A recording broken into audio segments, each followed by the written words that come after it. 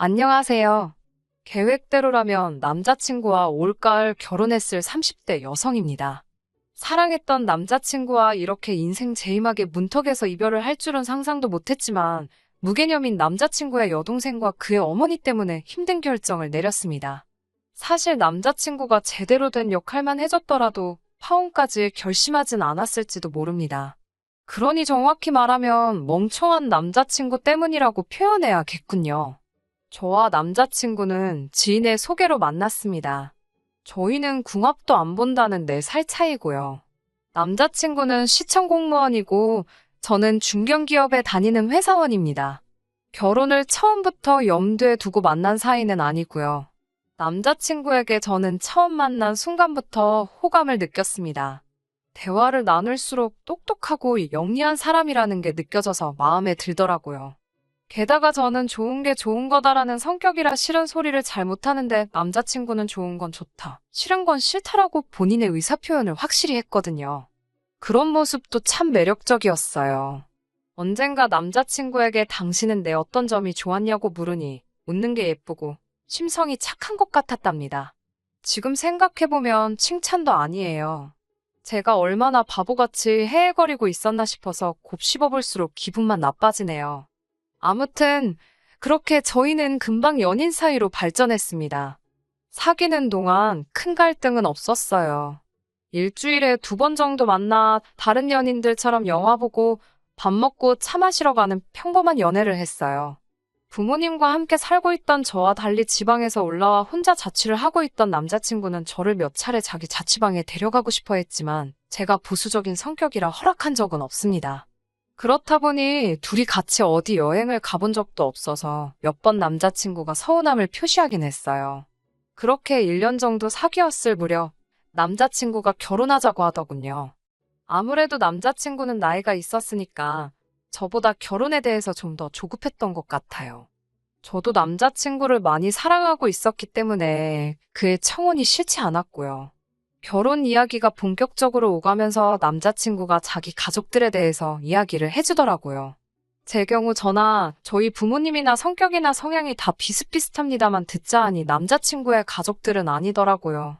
어머님이나 아버님 성격은 뭐 그러려니 했는데 인상 깊었던 건 바로 남자친구의 여동생에 관한 것이었습니다. 남자친구보다 10살 어리다는 여동생은 막둥이이자 외가와 친가 모두 통틀어서 유일한 딸이다 보니 어려서부터 온 가족들에게 공주처럼 자랐다고 하더군요. 금지옥엽으로 자랐지만 부침성이 좋고 뒤끝이 없으며 화통한 성격이라고도 했습니다. 이야기를 하는 남자친구의 말투에서 그런 여동생을 남편이 얼마나 귀엽게 여기고 있는지 알 수 있었어요.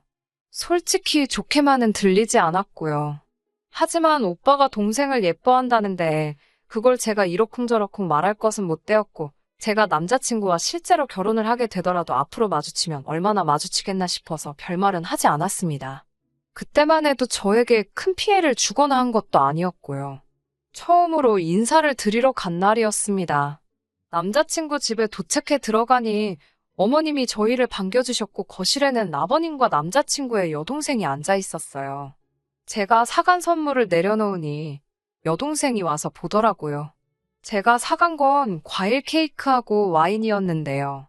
그걸 본 여동생이 이 와인은 이번 주에 내 친구 생일 파티할 때 가져갈 거니까 아무도 손대지 말라고 소리를 치더라고요. 사온 사람인 제가 버젓이 앞에 있는데 그렇게 말하는 걸 보고 이 사람은 어려운 사람이 없다는 걸 한 번에 알아차렸습니다. 그런 여동생에게 남자친구는 한술 더 떠서는 필요하면 오빠가 또 사줄게 그러고 있는데 솔직히 꼴사납더라고요. 식사 준비를 하신다며 어머님이 부엌으로 향하셨고 저는 손님이니까 당연히 따라가지 않았어요. 그런데 신우가 저더러 언니는 안 하냐고 묻더라고요. 제가 무슨 이야기냐고 묻자 우리 엄마 혼자 부엌에 있는데 언니 가서 안 도와줄 거야 라고 반말로 묻더라고요. 반말로요. 처음부터 계속해서 반말로 말하는데 제가 윗사람 노릇을 하고 싶어서가 아니라 초면이잖아요. 초면에 거리낌 없이 반말로 하고 싶은 말을 다 하는 여동생을 보고 있자니 여러 의미로 대단하다 싶더라고요. 그렇다고 제가 같이 반말을 할 수는 없는 노릇이었으니 아가씨가 도와드리면 되지 않나요? 라고 물었습니다. 그러자 다시 저에게 며느리가 왔는데 딸이 왜 하냐고 하기 싫으면 하지 말랍니다. 그러면서 제 남자친구한테 오빠가 가서 얼른 도와드려. 오빠 손님이잖아라고 약간 빈정거리듯 말하더군요. 어쩌면 빈정거린 게 아닐지도 모릅니다. 하지만 제가 느낀 건 빈정거린 게 아니라면 이 사람은 정말 생각이 없다는 거였어요. 다행히 그 사이에 어머님이 식사 준비 다 되었다며 저희를 부르셨어요. 식탁에 모여 앉았는데 이번에도 여동생은 아무것도 하지 않고 가만히 앉아 있더라고요. 제가 결국 수저랑 젓가락 놓는 걸 도왔습니다. 물론 전혀 어려운 일은 아니었지만 그 여동생의 태도가 짜증이 났어요. 이제 정말 준비가 다 되어서 식사를 하려는데 그 여동생이 저에게 나 물 좀 이러면서 컵을 주더라고요. 물론 정수기가 제 뒤에 있기는 했지만 황당하더라고요. 식사를 시작하면서 남자친구 부모님은 저에게 이런저런 질문들을 하셨습니다. 듣자 하니 어디 회사를 다닌다면서 어쩌다 공무원인 자기 아들하고 만나게 됐는지 무척 궁금하신 눈치였어요. 절대 무시하는 건 아니지만 남편은 3년차 구급 공무원이었고 저는 회사에서 대리였는데 시부모님은 회사 생활을 한 번도 해본 적이 없으신 분들이라 그런지 무조건 공무원이 최고다라고 생각하시더군요. 제가 돈은 훨씬 더 많이 벌고 있었는데 말이지요. 아들이 공무원이라 며느리는 최소한 사자는 볼 줄 알았다는 시어머니를 보고 있자니 정말 뭘 모르시는구나 싶어서 기분이 나쁘긴커녕 되려 웃음이 다 나왔습니다. 어찌됐건 남편 될 사람의 가족들을 처음 만난 자리이니 밥이 술술 넘어가진 않았습니다. 자리도 불편했고 긴장한 탓도 있었겠지요. 그런 와중에 남자친구의 여동생이 밥이 입맛에 안 맞는다며 먼저 자리에서 일어나려고 하더라고요. 보통 손님이 와 있으면 그래도 끝까지 자리를 지키는 게 매너 아닌가요? 그리고 열심히 준비하신 어머님의 정성도 생각을 해야 하잖아요. 그런데 그 여동생은 어머님께 음식을 뭐 이렇게 만들었냐며 다들 이게 먹을만 하냐고 묻는데 짜증을 내더니 토할 것 같다면서 자리에서 일어났습니다. 어머님은 어쩔 줄 몰라 하시면서 몇 번이고 간을 다시 보셨고요. 저한테는 괜찮고 맛있는 음식이었는데 딸의 말 한마디에 안절부절 못하시는 어머님을 보고 있자니 어머님이 안쓰러울 지경이었네요. 식사를 마치고 온 가족이 다시 거실로 모였습니다. 어머님께서 주방에서 복숭아를 몇 개 가지고 오시더니 제 앞에 쓱 밀어놓으시더라고요. 본능적으로 나더러 깎으라는 거구나 싶었지만 저는 복숭아 알레르기가 있거든요. 어머님께 알레르기가 있어서 전 못 먹는다고 말씀드렸고 이미 그 사실을 알고 있던 남자친구가 아무렇지 않게 가져다가 자기가 깎기 시작했어요. 어머님을 슬쩍 쳐다보니 아니나 다를까 표정이 영 좋지 않으시더라고요. 보고도 그냥 모른 채 했어요. 그런데 복숭아를 깎아 놓기가 무섭게 전부 남자친구 여동생 입으로 들어가더라고요. 어머님이나 아버님께 먼저 드셔보라는 말 한마디를 안 하더군요. 하나 깎아 놓으면 낼름 가져다 먹고 그러는 모습이 어찌나 야가 보였는지 몰라요. 그렇게 어색한 첫 만남을 뒤로하고 집으로 돌아왔습니다. 남자친구의 차가 눈앞에서 사라지는 걸 보고 나서 저는 편의점에 가서 맥주를 사들고 집에 들어왔습니다. 혼자 맥주를 마시며 하루를 곱씹어보고 있는데 남자친구에게 전화가 걸려왔어요. 오늘 정말 분위기가 좋았던 것 같지 않냐는 남자친구의 말에 할 말을 잃을 뻔했습니다. 저는 당신 여동생이 너무 신경 쓰인다고 솔직히 말했습니다. 초면부터 반말에 예의도 없고 당신 집안에서는 얼마나 귀한 딸이라 그렇게 마음대로 행동하는지 몰라도 내 입장에서는 나를 무시하는 걸로 느껴졌다고요. 그러자 남자친구는 워낙에 동생이 어리고 철이 없어서 그런 거라며 막상 결혼하면 우리는 서울에서 따로 살 거니까 너무 신경 쓰지 않아도 된답니다. 1년에 보면 몇 번이나 보겠냐면서 그냥 그러려니 하고 넘기라더군요. 우리 둘만 잘 살면 되는 거 아니냐면서요. 그 일이 있고 얼마 지나지 않아 상견례를 하게 되었습니다. 상견례 장소는 남자친구의 부모님이 이동수단이 없었기에 저희가 내려가는 쪽으로 이야기가 되었습니다. 사실 저희 부모님이나 저나 남자친구 총 상견례 참석 인원 6명 중 4명이 서울에 사는데 서울에서 2시간이나 떨어진 곳까지 4사람이 이동해야 한다는 게 논리적으로 맞다고 생각했지만 저희 부모님께서 괜찮다고 이참에 외곽으로 맛있는 밥 한 끼 먹으러 간다고 생각하자 하셨습니다. 상견례는 아무래도 양가 어른들이 혼사에 대해서 이야기하는 자리라고 생각했기 때문에 남자친구의 여동생은 부르지 않기로 했었어요. 솔직히 말하면 저번에 제가 받은 첫인상이 좋지 않았던 것도 한몫했고요. 남자친구도 제 의견을 존중한다 했으니 그 부분에 있어선 조금의 걱정이나 의심이 없었습니다. 하지만 정작 상견례 장소에 도착하니 남자친구의 여동생이 버젓이 한 자리 차지하고 앉아있더라고요. 어이가 없어서 남자친구를 쳐다보니 남자친구가 너는 여기 왜 나왔냐고 한 소리 하긴 하더라고요. 그러자 한다는 소리가 집에 있어봤자 심심하니까 따라 나왔다는 거예요. 옆에서 어머님도 하신다는 말이 집에 딱히 먹을 것도 없고 나와서 한 끼 맛있게 먹으라고 데리고 오셨답니다. 음식이 하나씩 나올 때마다 남자친구의 여동생은 전체 테이블 샷을 찍어야 한다며 모든 사람들을 멈추게 했습니다. 그리고는 음식 사진 한 장, 전체 테이블 사진 한 장 이렇게 찍어대더라고요. 황당했지만 저희 부모님이 요즘 애들이 다 그런 것 같다면서 최대한 협조를 해주고 계셨어요. 저로선 진짜 황당했지요. 그러다가 남자친구 여동생이 잠시 화장실을 간다고 자리를 비웠고 그 사이에 메인 메뉴가 나왔습니다. 사진가가 자리를 비웠고 사진을 찍은 뒤 식사를 하는 것에 익숙하지 않으셨던 어른들은 아무 의심 없이 한술 뜨셨습니다. 그때 화장실에서 돌아온 남자친구의 여동생이 소리를 지르더니 사진도 안 찍었는데 왜 식사를 하냐면서 어른들한테 무안을 주더라고요. 누가 봐도 정말 싸가지가 없는 행동이잖아요. 남자친구가 적당히 하라고 한마디 하니까 어떻게 오빠가 자기한테 말을 그렇게 하냐면서 냅다 울어버리더군요. 그러자 어머님은 넌 왜 말을 그렇게 하냐면서 먼저 밥 먹어서 미안하다고 사과를 하고 계신 거예요. 아버님은 저희 부모님한테 한다는 소리가 당신 딸이 마음이 여려서 그렇답니다. 진지하고 엄숙한 분위기에서 상견례가 이루어지길 바랬는데 이건 뭐 개턴 5분 전이었어요. 저야말로 울고 싶은 심정이었습니다. 저희 부모님께서 신혼집을 비롯한 혼수나 예물 등은 어떻게 하는 게 좋을지 물어보셨습니다. 저와 남자친구는 사실 이미 어느 정도 이야기가 되어 있는 상황이었고 저희 부모님도 그 내용을 대강 파악하고 계셨지만 그래도 확실히 해두는 편이 좋으니 먼저 말씀을 꺼내신 거였어요. 그러자 시어머니께선 공무원이면 연금이 얼마나 짱짱한지 아시냐면서 요즘에 공무원 배우자가 인기가 최고라는데 들어본 적 없으시냐고 그놈의 공무원 타령을 몇 번이고 하시더라고요.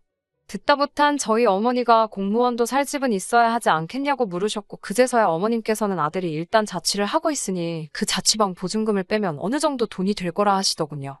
제가 알기론 그 보증금은 남자친구가 벌어서 모은 돈이지 시부모님한테 받은 돈이 아닌데 그렇게 말씀하시니 순간 당황스러웠습니다.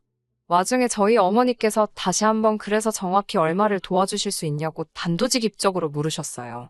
그때 난처해야 하는 어머님 옆에서 남자친구의 여동생이 자기가 유학을 가야 돼서 오빠한테 줄 돈이 없답니다.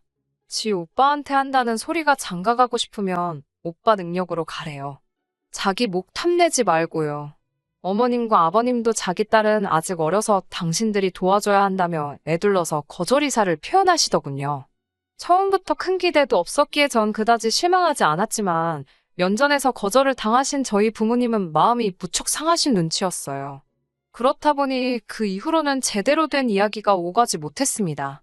식사를 하는데 밥이 코로 들어가는지 목으로 넘어가는지 알 수도 없었습니다. 그렇게 상견례 자리가 끝나고 슬슬 자리에서 일어나려고 하는데 남자친구한테 전화가 걸려왔어요. 주차장인데 차 좀 빼달라고 하더라고요. 남자친구가 먼저 자리에서 일어났고 저희 부모님도 자리에서 일어나고 계셨습니다. 그런데 갑자기 어머님과 아버님께서 저희 부모님께 맛있게 잘 먹었다고 인사를 하시곤 남자친구의 뒤를 따라 나가시는 거예요. 순간 벙찌더라고요. 그런 저를 보곤 남자친구의 여동생이 저번에 자기 집에 와서 밥 먹고 갔으니까 이번엔 제가 사는 게 맞답니다. 어처구니가 없었지만 이런 걸로 왈가왈부하기 싫어서 알겠다고 돈을 내려는데 제가 시키지 않은 메뉴가 가격에 포함되어 있더라고요. 알고 보니 남자친구의 여동생이 집에 가져간다고 자기 마음대로 포장 주문을 했던 거예요. 이것까지 제가 사줄 이유는 없었습니다. 가뜩이나 남자친구 여동생이 제 상견례 자리 다 망쳤다고 생각하던 마당이었는데 제가 무슨 집에 가져가서 먹을 것까지 사주나요? 저는 그건 빼고 계산해 달라고 했습니다. 뒤에 따라 나오는 여자가 계산할 거라고요. 곧이어 뒤에서 느리적거리던 남자친구 여동생의 앙칼진 목소리가 제 뒤통수에 내리꽂히더라고요. 어머님은 무슨 일이냐고 불이 나게 쫓아가셨고 여동생이란 인간은 또 밖에서 다 들릴 만큼 엉엉 울더라고요. 어머님이 전화라도 하신 것인지 어떻게 상황 파악을 한 남자친구가 냉큼 쫓아와서는 음식을 계산했고 저에게 왜 이렇게 윗사람이 옹졸하게 구냐며 싫은 소리를 하더군요. 당신 동생 얌체 같은 거나 어떻게 해보라고 한마디 하니까 애가 어리고 주머니 사정이 좋지 않아서 그런 거라며 저더러 적당히 하랍니다. 집에 돌아와 이 결혼을 어떻게 파할까 고민하기 시작했습니다. 부모님께서도 다시 한번 진지하게 고민해보라 하셨고요. 이미 주변 많은 사람들이 제가 결혼할 예정이라는 사실을 알고 있었기 때문에 파혼을 마음먹기가 쉽지만은 않았습니다. 주변인들이 절 뭐라고 생각할지, 욕을 할지, 비웃을지 가늠도 안 되더라고요. 결국 친한 친구 2명에게 고민 상담도 할 겸 유명하다는 카페에서 만나기로 했습니다. 하지만 왼수는 외나무 다리에서 만난다더니 그 말이 딱이더군요. 카페에 앉아서 친구들과 이야기를 나누려고 하는데 누가 제 어깨를 아플 만큼 탁 때렸습니다. 뒤를 돌아보니 남자친구의 여동생이었어요. 반갑기는커녕 길에서 마주쳐도 못 본 채 하는 편이 나을 만큼 어색한 사이라고 생각하는데 그쪽에선 뭐가 그렇게 반가운지 아는 채를 해왔습니다. 저도 친구들과 있었고 남자친구의 여동생도 친구들과 있었기에 적당히 인사만 나눴습니다. 남자친구의 여동생은 보란듯이 저와 제 친구들이 앉아있는 테이블에 바로 옆에 자리를 잡더라고요. 보통은 오히려 아는 사람이 있으면 매너로 좀 떨어져서 앉지 않나요? 카페에 자리도 많았는데 말이지요. 하지만 제가 카페를 전세 낸 것도 아니니 싫어도 별 수 없었습니다. 저는 모처럼 만난 친구들과의 시간을 망치고 싶지 않아서 최대한 남자친구 여동생에겐 신경을 끄려고 했습니다. 그런데 여동생은 계속해서 저희 테이블을 기웃거리면서 커피도 비싼 것만 마신다는 둥, 메뉴도 왜 세 사람인데 뭐하러 4개를 시켰냐는 둥, 쓰잘데기 없는 소리를 하면서 간섭을 하더라고요. 그러더니 급기야 언니 벌면 얼마나 번다고 이런 사치를 부리냐며 아껴 살랍니다. 그리고 상견례 날 자기 너무 황당했다면서 어머님이 저한테 많이 실망하셨다는 그런 이야기를 하는 거예요. 결국 들어주다 못한 제가 한마디 했습니다. 지금 아가씨 때문에 계속 저랑 제 친구들의 대화가 끊어지는 거 모르겠냐고. 가족 얘기는 나중에 둘이 있을 때에도 늦지 않을 것 같다고요. 지금은 저는 친구들하고 시간을 보내러 온 거고 아가씨도 아가씨대로 볼 일이 있을 테니 볼일 잘 보고 집에 가라고 했습니다. 남자친구의 여동생도 그제서야 좀 민망했는지 얼굴이 울그락불그락 하더라고요. 자기 딴에는 나름 시누이 노릇이라도 하고 싶었던 모양입니다. 가까스로 여동생을 무시하고 다시 친구들과의 대화에 집중하려고 하는데 이번엔 남자친구 여동생이 저와 제 친구들을 힐끗거리며 수군거리기 시작했습니다. 본능적으로 저희 얘기를 한다는 걸 알 수 있었어요. 저희 한번 쳐다보고 실실 웃으며 귓속말하고 그러니 얼마나 신경이 쓰이던지요. 결국 화를 참지 못한 제가 신우한테 야, 너 나 좀 보자고 잠깐 따라 나오라고 했어요. 그러자 신우가 저를 쳐다보면서 자기한테 하는 말이냐고 다시 되묻더라고요. 그래서 제가 그럼 너 말이지 내가 너 친구들한테 볼 일이 있겠냐고 쏴붙였습니다. 그렇게 여동생이 카페 밖으로 절 따라 나왔고 저는 옆 골목으로 여동생을 데려가 도대체 왜 그러는 거냐며 목소리를 높였습니다. 그제서야 여동생은 자기가 뭘 그렇게 잘못했냐면서 여전히 빳빳하게 굴더라고요. 제가 오래 산 건 아니지만 이렇게 싸가지 없고 개념 밥 말아먹은 여자는 본 적이 없었어요. 저는 결혼을 엎을 때 없더라도 하고 싶은 소리는 해야겠다 싶어서 너 내가 그렇게 웃으냐며 한번 말해보라고 몰아붙였습니다. 그러자 자기 오빠한테 전화할 거라면서 핸드폰을 주머니에서 꺼내는데 손을 덜덜 떨더라고요. 저는 네 오빠 나한테 장가 못 오면 너 때문인 줄 알라고 말하곤 생각 좀 하고 살라고 했습니다. 니네 집에서나 귀한 딸이지 밖에선 너 같은 거 널리고 널렸다고. 공주행세 좀 그만하라고. 네 오빠만 아니었으면 벌써 너 내가 한 대 치고도 남았다고 하니까 다리 힘이 풀렸는지 주저앉아서 또 훌쩍거리더라고요. 마지막을 신랄하게 욕 한 바가지를 해주고 저는 먼저 카페로 돌아왔습니다. 제 눈치를 살피던 친구들이 저에게 다음에 다시 모이자고 해서 친구들한테 미안하다고 사과하고 집으로 돌아왔어요.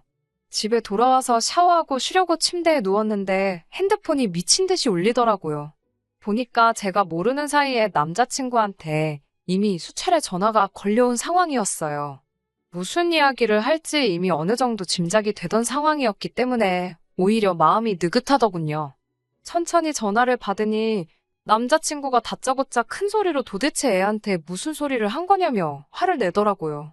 시치미를 뚝 떼고 왜 그러냐 물으니 남자친구가 여동생으로 붙어들었다며 제가 했던 말들을 줄줄이 나열하더군요.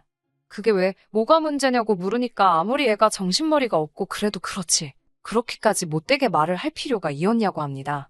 애가 바보 멍청이도 아니고 조근조근 말해주면 다 알아듣는다고요. 그래서 그렇게 조근조근 하고 싶으면 너가 옆에 끼고 그렇게 하라고 했습니다. 남자친구는 저더러 아무 말이나 하지 말라면서 일단은 이건 제가 실수한 게 맞으니까 당장 자기 여동생한테 전화해서 진심으로 사과해달랍니다. 애가 상처를 많이 받았다면서요. 저는 남자친구에게 사과고 뭐고 할 필요도 없다고 나는 이 결혼 안 하겠다고 했습니다. 당신 가진 것 없고 돈도 조금밖에 못 벌지만 그래도 나는 당신하고 결혼하려고 했다. 왜? 당신이 논리적이고 경우가 바른 사람이라서 그랬다고요. 하지만 지금 보니 제가 사람을 봐도 단단히 잘못 봤고 나는 개념 없는 사람은 딱 싫다. 친구로도 싫은데 가족으로 엮이는 건 더 싫다고요. 남자친구는 저더러 어떻게 말을 그렇게 심하게 할 수 있냐면서 저한테 한 번만 숙이고 들어와 달랍니다. 그러면 자기도 살면서 조금씩 고치겠다고요. 그런데 냉정히 제가 아무리 생각해봐도 그렇게 서로 시간 낭비를 할 이유가 없더라고요. 결국 제 뜻대로 헤어졌습니다. 솔직히 이런저런 이유를 떠나서 이미 정이 떨어질 대로 떨어진 탓이라 방법이 없더라고요. 그렇게 저는 결국 파혼을 하게 되었고 저는 지금 너무나 자유롭고 행복한 상황입니다. 주변에 파혼 소식을 알렸을 때 반응들은 제 예상과는 많이 달랐습니다. 저를 욕하거나 비난하진 않을까 두려웠는데 정작 이혼보다는 파혼이 낫다며 저한테 용기 있는 선택을 잘 내렸다고 장하다고 해주더군요. 파혼 후 지금 2주 정도 지난 상황인데 종종 남자친구에게서 연락이 옵니다.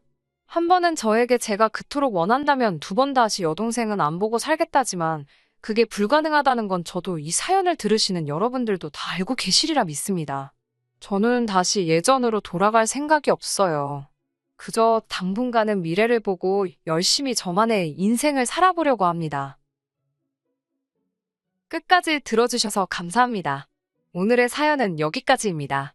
구독과 좋아요, 알람 설정 부탁드리고 더 좋은 사연으로 다시 찾아뵙겠습니다. 감사합니다.